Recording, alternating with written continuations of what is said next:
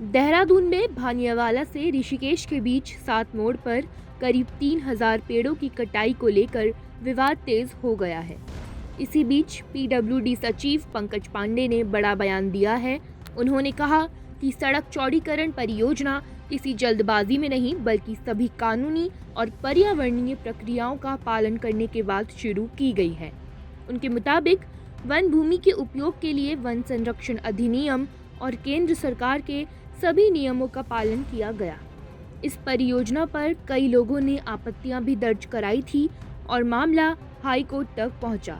अदालत में पर्यावरण और वन क्षेत्र पर असर को लेकर सवाल उठे, जिनका विभाग ने दस्तावेजों के साथ जवाब दिया। पीडब्ल्यूडी का दावा है कि हाई कोर्ट के संतुष्ट होने के बाद ही परियोजना को आगे बढ़ाया गया।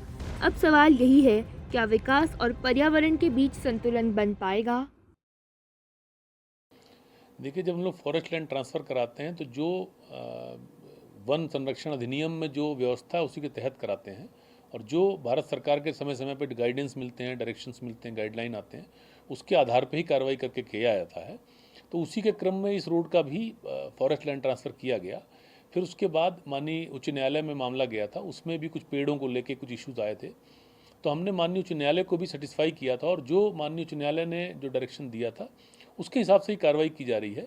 तो पर्यावरण संरक्षण भी हम लोग की प्रायोरिटी है, और सड़क भी जहाँ तक संभव हो पर्यावरण को बैलेंस करते हुए बनाना, वो भी हमारी जिम्मेदारी में आता है। तो हम लोग दोनों को बैलेंस करके चलते हैं, और जो भी वर्तमान में भारत सरकार या राज्य सरकार के जो नियम कानून है उसका पूरी तरीके से अनुपालन कर रहे हैं, और आगे भी जो भी माननीय न्यायालय के या राज्य सरकार के, भारत सरकार के डायरेक्शन होंगे उसका अनुपालन सुनिश्चित किया जाएगा। सर, उसमें कुछ कॉरिडोर या एलिफेंट कॉरिडोर इस तरह का कुछ डिजाइन वो पूरा डिज़ाइन में, जैसे मैंने बताया आपको, जब फॉरेस्ट लैंड ट्रांसफ़र होता है तो जो भी फॉरेस्ट डिपार्टमेंट अपनी टर्म कंडीशन लगाता है उसको इनकॉर्पोरेट करते हुए डिज़ाइन किया जाता है, उसके हिसाब से ही प्लान किया जाता है। तो जो फॉरेस्ट डिपार्टमेंट ने जितनी चीज़ें उसमें कही हैं वो सारी चीज़ें की जा चुकी हैं।